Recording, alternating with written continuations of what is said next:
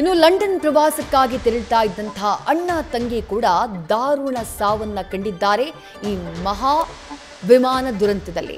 ಅಪ್ಪನ ಬಿಸ್ನೆಸ್ನ ನೋಡ್ಕೊಳ್ಳೋಕೆ ಅಂತ ಹೇಳಿ MBA ವಿದ್ಯಾಭ್ಯಾಸವನ್ನ ಮಾಡಿದ್ರು ಇಬ್ರು ಕೂಡ.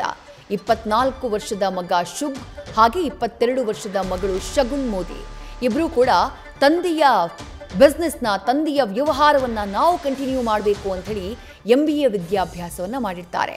ಉದಯಪುರದ ಅಮೃತಶಿಲೆಯ ಉದ್ಯಮಿ ಪಿಂಕು ಮೋದಿ ಅವರ ಮಕ್ಕಳು ಶಗುನ್ ಹಾಗೆ ಶುಭಂ ಇಬ್ರು MBA ಮುಗಿಸಿ ತಂದೆಯ ವ್ಯವಹಾರದಲ್ಲಿ ಸಹಾಯ ಮಾಡಬೇಕು ಅಂತ ನಿರ್ಧಾರ ಮಾಡಿರ್ತಾರೆ.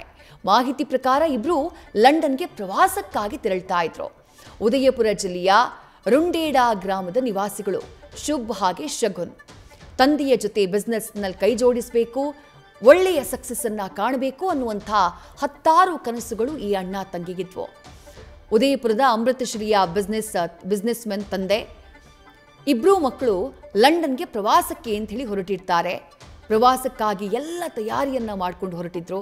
ಆದರೆ ಆ ಪ್ರವಾಸ ಸಾವಿನ ಪ್ರವಾಸ ಆಗುತ್ತೆ ಅಂತ ಹೇಳಿ ಯಾರೂ ಕೂಡ ಕಲ್ಪನೆ ಮಾಡಿರಲಿಲ್ಲ.